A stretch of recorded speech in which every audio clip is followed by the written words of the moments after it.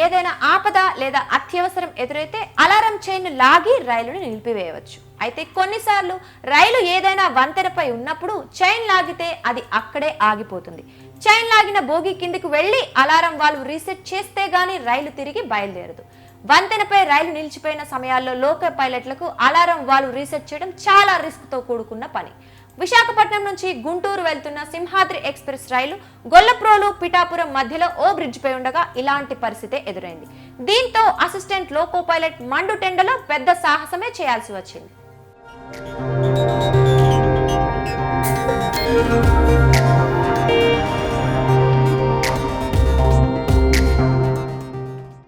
Simhadri express శనివారం ఉదయం విశాఖపట్నం నుంచి గుంటూరుకు బయలుదేరింది. Loco pilot NK Mohan, assistant loco pilot G Rajat Kumar రైలును నడుపుతున్నారు. ఉదయం 10 గంటల 5 నిమిషాలకు రైలు గొల్లప్రోల్లో ఆగింది. 10 గంటల 10 నిమిషాలకు మళ్లీ గొల్లప్రోలు నుంచి బయలుదేరింది. అయితే రైలు గొల్లప్రోలు పిఠాపురం మధ్యలో ఉండగా ఓ ప్రయాణికుడు చైన్ లాగాడు. దీంతో రైలు ఆగిపోయింది. ఇంజిన్ నుంచి 5వ స్థానంలో ఉన్న జనరల్ బోగీలో చైన్ లాగినట్టు లోకో పైలట్లు గుర్తించారు. అయితే ఆ బోగి ఒక బ్రిడ్జ్ పై ఆగింది.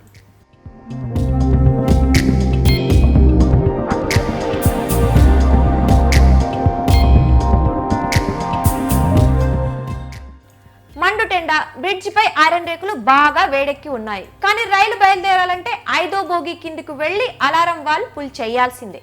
అందుకే assistant loco pilot Rajat Kumar రైలు బోగీల కిందికి దూరి మోచేతులపై పాక్కుంటూ 5వ బోగి వద్దకు వెళ్లారు.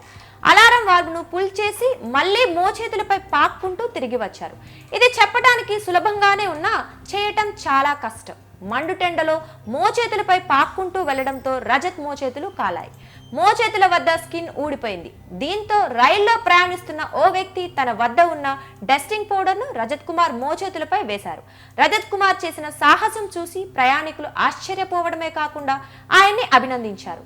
అలారం వాల్వ్ ను రజత్ కుమార్ సెట్ చేయడంతో 10 గంటల 35 నిమిషాలకు రైలు అక్కడి నుంచి బయలుదేరింది.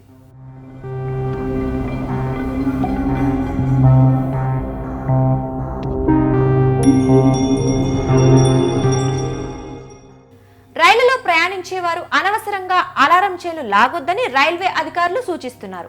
అత్యవసర పరిస్థితుల్లో తప్ప చైన్ లాగితే పనిషబుల్ అఫెన్స్ అవుతుందని ఇండియన్ రైల్వే యాక్ట్ 1989లో సెక్షన్ 141 కింద 1 ఏడాది జైలు శిక్ష లేదా 1000 రూపాయల ఫైన్ ఉంటుందని హెచ్చరిస్తున్నారు. ఒక్కోసారి జైలు శిక్ష, జరిమానా 2 ఉంటాయని చెబుతున్నారు.